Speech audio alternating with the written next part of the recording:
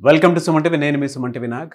So ప్రస్తుతం నేను విజయవాడలో ఉన్నటువంటి కోడ్జ్ఞాన్ ఇన్స్టిట్యూట్లో ఉన్నాను.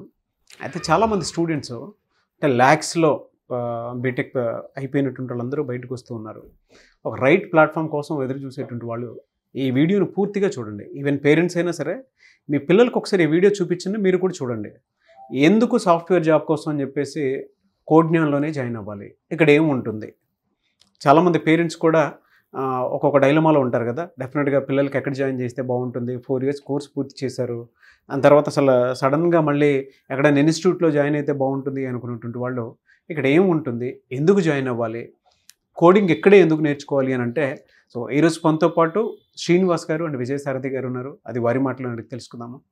నమస్కారం సార్. నమస్తే అండి. హలో సాయిరామ్ గారు. చాలామందికి ఒక డౌట్ ఉంటుందండి, అంటే కోడ్జ్ఞాన్లో మీ పిల్లలు చదువుకున్నారు కాబట్టి అడుగుతున్నాను. ప్రతి పేరెంట్కి తెలియాల్సిన విషయం ఉంది కాబట్టి అడుగుతున్నాను. ఇక్కడ మీరేం చూసారు, ఎలాంటి వాతావరణం ఉంటుంది, నిజంగానే జెన్యూనా ఫేకా అనేటువంటి దాని మీద కూడా కొంత క్వశ్చన్ మార్క్ ఉంటుంది. మీరేం చెప్తారు? అందరికీ నా పేరు శ్రీనివాస్ చక్రవర్తి. నేను all India union bank gold ప్రెసిడెంట్ని కూడా. So jewellery shop owner. మా అమ్మాయిది బీటెక్ కంప్లీట్ అయింది. ఆ టైంలో సరే నెక్స్ట్ ఎక్కడ కోర్సెస్ ఎక్కడ చేయాలంటే తను కూడా ప్రిఫర్ చేసుకుంది. హైదరాబాద్ బెటర్, హైదరాబాద్ వెళ్ళిపోతాను, అక్కడే 6 months నేర్చుకుంటానని. సో ఆ టైంలో నేను అట్లా కోడ్జ్ఞాన్ గురించి మా ఫ్రెండ్ ఇలా చెప్పి వెళ్ళాలని, సో నేను పర్సనల్గా వచ్చి ఒకసారి చూసుకున్నాను ఏంటి అనేది. ఆయన చెప్పే పద్ధతి 1 week నేను అబ్జర్వ్ చేశాను. అసలు ఎలా చెప్తున్నారు ఏంటి అనేది. అందరూ ఇక్కడ నుంచి ప్రతి ఒక్కళ్ళు అవ్వగానే హైదరాబాద్ వెళ్ళిపోవాలి, హైదరాబాద్ లేదా బెంగళూరు, అక్కడ కోర్సులు చేస్తేనే జాబ్లు వస్తాయి అన్న కాన్సెప్ట్లో ఉన్న టైం అది. యాక్చువల్గా ఆ టైంలో మైండ్ సెట్లో ఉన్నారు 100% అది. సో ఆ టైంలో ఆయన కన్సల్ట్ చేయటం, ఆయన కూడా లేదండి నాకు ఇక్కడ అట్మాస్ఫియర్ నచ్చింది, ప్లస్ ఈయన బ్యాకప్ మా ఫ్రెండ్ చెప్పారు ఎలా చెప్తారు, ఆయన ఎక్కడి నుంచి వచ్చారు ఏంటనేది. సో దాన్ని ఇంప్రెస్ అయ్యి జాయిన్ చేయడం జరిగింది. తను ఇంత 6 months కోర్స్ చేయగానే బెంగళూరులో తనకు జాబ్ వచ్చింది సాఫ్ట్వేర్ ఇంజనీర్గా. ఫ్రంట్ ఎండ్లో ఇప్పుడు చేస్తుంది. హైక్ పొజిషన్ కూడా రీసెంట్గా ఇప్పుడు ఈ మంత్ కూడా తను ఒక హైక్ అంటే సీనియర్ మేనేజర్గా కావాలని తను కోరుకోవటం. సో ఐ థింక్ ఈ మంత్ ఎండింగ్లో అది ఫుల్ఫిల్ అవ్వచ్చు అన్న ఉద్దేశంతో ఉన్నాం మేము కూడా. సార్ ప్యాకేజ్ ఎంత ఉంది సార్? ప్రస్తుతానికి 12. మంచి ప్యాకేజ్. అది యాక్చువల్గా అంటే అక్కడక్కడ వెళ్ళాలి అన్న కాన్సెప్ట్ నుంచి తను చక్కగా మాది ఇక్కడ నుంచి 6 kilometers డిస్టెన్స్లో మా ఊరు నిడమానూరు. అక్కడి నుంచి తను వెహికల్ వేసుకొని వచ్చేది, చక్కగా క్లాసెస్ కానీ చాలా పాజిటివ్ మైండ్తో. అంటే ఒక మీరు అన్నట్టు టెక్నికల్గానే కాదు, అట్మాస్ఫియర్ కూడా ఇక్కడ. అవును అవును. తను అంటే నేను పేరెంట్స్కి అది ఎక్కడ అంటే చాలా మంది డైలమాలో ఉన్నారు, అంటే చూస్ చేసుకోలేకపోతున్నారు. దానికి సంబంధించినటువంటి వాటిల్లో మీరు ఏం చెప్తారు? ఒక రైట్ ఇన్స్టిట్యూట్ని చూస్ చేసుకోవాలి అనుకుంటే ఏ చెక్ లిస్ట్ ఉంటే డెఫినెట్గా ఇది రైట్ ఇన్స్టిట్యూట్ అని అనుకోవచ్చు అంటారు. వై కోడ్జ్ఞాన్ అని అంటే ఏం చెప్తారు? ఫస్ట్ నేను అబ్జర్వ్ చేసింది ఏంటంటే, నేను ఇక్కడ జాయిన్ చేయడానికి కూడా మా పాపని ఫస్ట్ నేను అబ్జర్వ్ చేస్తాను ఏంటి ఇక్కడ ఏమేమి సరే ఎలా చేస్తున్నారు అబ్జర్వ్. నిజంగా ఫ్రాంక్లీ ఏంటంటే అసలు అక్కడెక్కడికో వెళ్ళేదానికంటే ఇక్కడ ఎంత చక్కటి ఇన్స్టిట్యూషన్, ప్లస్ వాళ్ళే ప్లేస్మెంట్ ఆయన అప్పుడు అష్యూరెన్స్ ఇచ్చారు కూడా, లేదు మా దగ్గర చేయండి కంపల్సరీ నేను ప్లేస్మెంట్ ఇస్తాను. కానీ ఆ నీడ్ లేకుండానే తను కంప్లీట్ చేయగానే ఆటోమేటిక్గా బెంగళూరులో తన జాబ్ రావటం, తను షిఫ్ట్ అవటం. ప్రజెంట్ అప్పుడు హైదరాబాద్కి ఏదో షిఫ్టింగ్ పొజిషన్లో ఉంది. మంచి పొజిషన్ బాగుంది మాకు. అసలు తర్వాత నాకు తెలిసిన ఫ్రెండ్స్కి కూడా 2-3 నేను చేశాను. మా మేనేజర్ ఐ థింక్ మా యూనియన్ బ్యాంక్ మేనేజర్ గారు కూడా యూనియన్ బ్యాంక్ బ్రాంచ్ హెడ్ ఆయన స్కిల్ డెవలప్ చేసుకోవడానికి వచ్చి మేము అసలు కన్సల్ట్ చేసాం ఆయన్ని. అవునా? యా 100%. ఇప్పుడు అంటే మీరు అడిగారు కాబట్టి ఇది చెప్తా అనుకోకుండా వచ్చింది. లాస్ట్ టైం మా బ్రాంచ్ హెడ్ బిఎం గారు దిలీప్ గారు ప్లస్ అసిస్టెంట్ మేనేజర్ ఇద్దరు వచ్చి మాకు ఆల్రెడీ వాళ్ళు అంటే బ్యాంకింగ్ సెక్టర్లో వాళ్ళు చూసుకున్నారు, కానీ ఇంకా ఎక్కువ స్కిల్స్ కాబట్టి ఏం చేయాలి ఎలా అంటే మేము మీ దగ్గర నేర్చుకుంటాము, టైం కాదు కుదరట్లేదు అని ఆయన అప్రోచ్ అవ్వడం జరిగింది. ఇది జరిగింది కదా 6 సంవత్సరాలు. అంటే ఆ విధంగా ఉంటుంది. ఆయనది కూడా యాక్చువల్గా ఏంటంటే మేము చెప్పేది ఏంటంటే ఏదో కమర్షియల్గా ఎక్కడ అనిపించదు, ఏదో ఒక ఫ్రెండ్లీ అట్మాస్ఫియర్లో ఉంటుంది. ఏదో కార్పొరేట్ లాగా వచ్చారా జాయిన్ అవ్వండి అలా ఉండదు. అష్యూరెన్స్ ఉంటుంది ఖచ్చితంగా. ఒక గుడ్ విల్ కంపల్సరీ ఇక్కడ చేస్తే మనకి బాగుంటుంది, కంపల్సరీ ప్లేస్మెంట్ అన్న ఉంటుంది. అది నేను అనుభవించాను దాంట్లో. పేరెంట్స్ ఇంకా అంటే బీటెక్ చేసినటువంటి స్టూడెంట్స్ పేరెంట్స్ వాళ్ళు ఒక పాయింట్ లో రియలైజ్ కాకపోవడానికి కారణాలు ఏమంటాయి? ఏమంటే ఎక్కడో అక్కడే లోపం జరుగుతుంది అంటే వాళ్ళ థింకింగ్ ఎలా ఉందంటే అక్కడ ఎక్కడో ఉంది, అక్కడే బాగుంటుంది అన్న కాన్సెప్ట్. అది కాదు, ఆ మైండ్ సెట్ కాదు. మన లోకల్లో చక్కగా ఇంత చక్కటి ప్లాట్ఫామ్ ఉన్నప్పుడు ప్లస్ మనీ కూడా కంపారిటివ్గా చేసుకుంటే ఇప్పుడు ఇక్కడ నుంచి చక్కగా లోకల్గా ఇంటి దగ్గర నుంచి వస్తారు, వాళ్ళు చేసుకుంటారు, బాగుంటుంది. దాన్ని వదిలేసి ఏం లేదు. ఒక వాళ్ళు ఎలా ఉందంటే మీరు అన్న దూరపకొండ నునుపులాగా హైదరాబాద్లోనే లేకపోతే బెంగళూరులోనే ఉంది తప్ప మనకి ఇక్కడ లేదన్న కాన్సెప్ట్. ఇంకోటి ఏంటంటే ఇప్పుడు మీరు చెప్పినా కూడా వీడియో చూసేటువంటి వాళ్ళు ఇది ఫేక్ ఏమో ప్రమోషన్ కోసం చేస్తున్నారు అనుకునేటువంటి కాన్సెప్ట్ ఉంటుంది. దానికి మీరేం చెప్తారన్న? నేను చెప్తున్నా కానీ ఇప్పుడు మీరు ఎవరినో తీసుకొచ్చి మమ్మల్ని అడగట్లా. ఆల్రెడీ మా పాప చేసింది, మా తమ్ముడు వాళ్ళ అబ్బాయి చేస్తున్నాడు ప్రెజెంట్ ఇక్కడ. శ్రీకర్ అనేది మా బ్రదర్ వాళ్ళ అబ్బాయి ఇప్పుడు తను చేస్తున్నాడు. సో జాయిన్ అవ్వమని చెప్తారా పేరెంట్స్ కి? అసలు మా పాప జాయిన్ అయింది, మా తమ్ముడు వాళ్ళ అబ్బాయి జాయిన్ అయింది.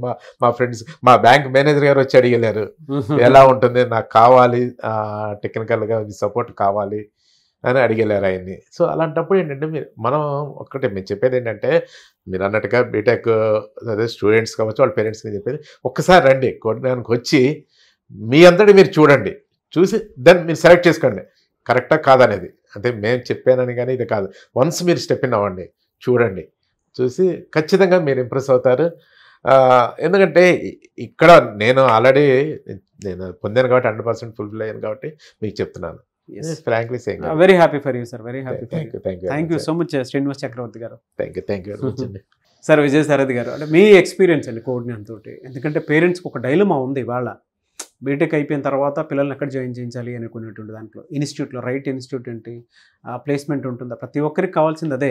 వై కోఆర్డినేటర్ అంటే మీరేం చెప్తారు?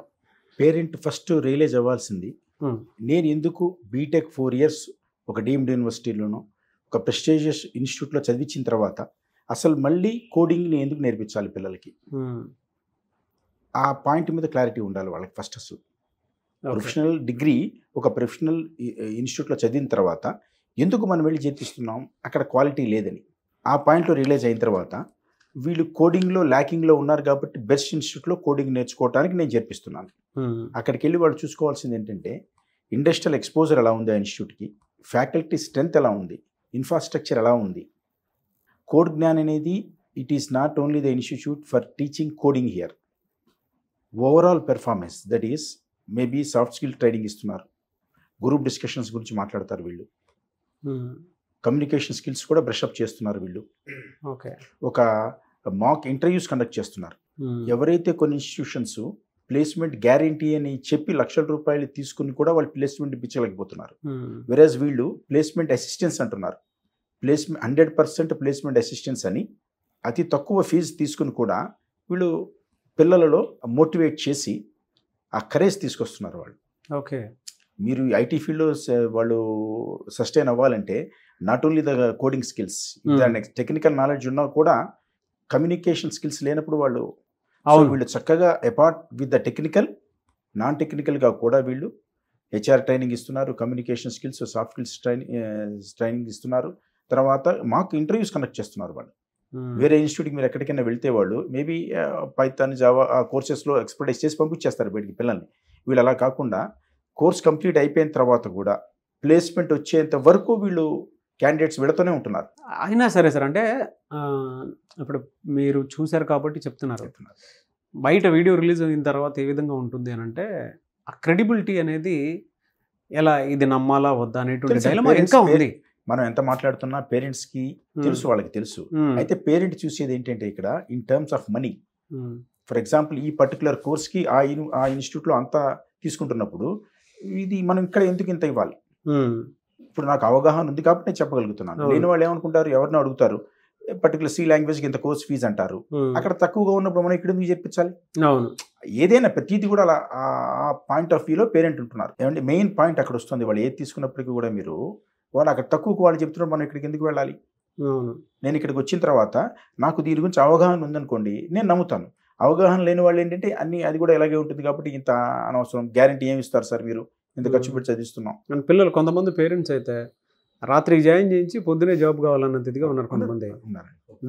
దానికి మీరేం చెప్తారు సార్? ఎందుకంటే పిల్లలు అప్ స్కిల్లో లేరు, లేదంటే మీ పిల్లలు చదువుకున్నది 4 ఇయర్స్లో లేనిది 2 మంత్స్లో 3 మంత్స్లో నేర్చుకోవడానికి ఇక్కడికి వచ్చిన తర్వాత ఆ 3 మంత్స్ 2 మంత్స్ ఏదైతే ఆ కోర్స్ పూర్తి చేసి ఖాళీగా ఉన్నాము అనుకునేటువంటి ఆలోచన క్రియేట్ అవుతుందో వెంటనే ఏది జాబ్ అని అడుగుతున్నారు. అంతే తప్ప మా పిల్లలు అప్స్కిల్ అవ్వట్లేదేమో అనుకునేటువంటి ఆలోచన రావట్లేదు. అంటే బేసికల్గానండి మీరు గ్రాస్ రూట్ లెవెల్లోకి వెళ్ళేట్లయితే అసలు ఇంతకు ముందు ఎలా ఉండేదంటే system whether he's fit for that course or not అనేది మనం ఆలోచించుకోవాలి.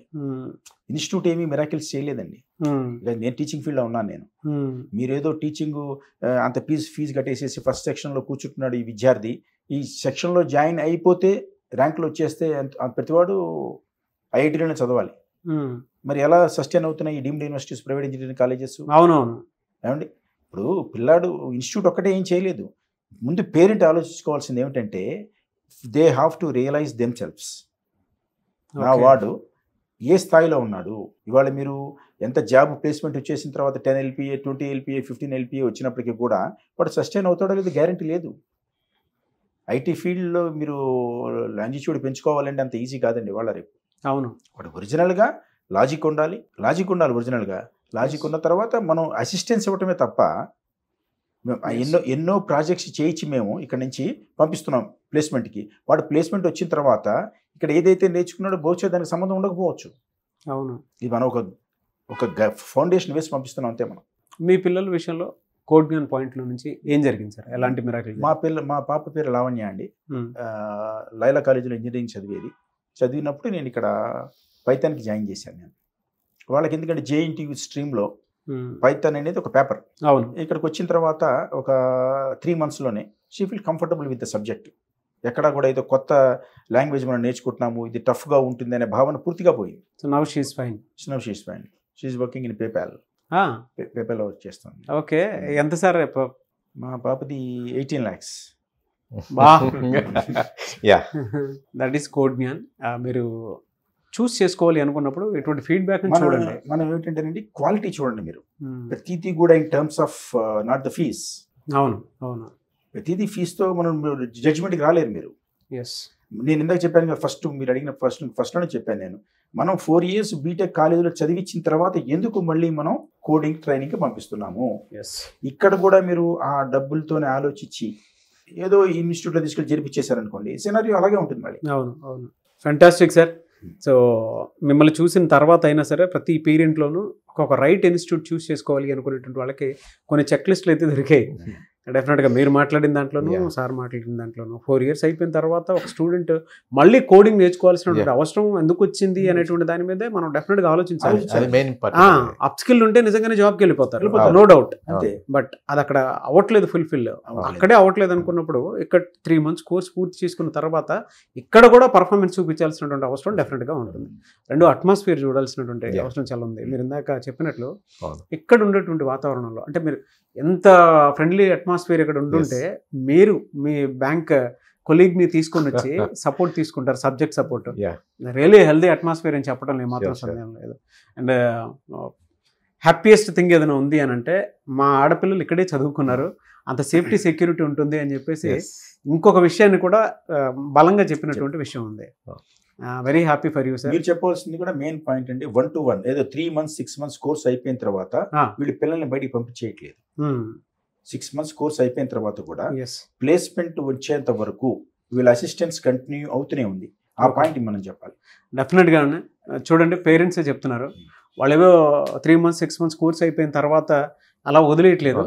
డెఫినెట్గా వాళ్ళు ఏంటంటే ఒక 1 year పాటు ప్లేస్మెంట్ సపోర్ట్ 100% ఇస్తున్నారు అని చెప్పేసి పేరెంట్సే చెప్తున్నారు.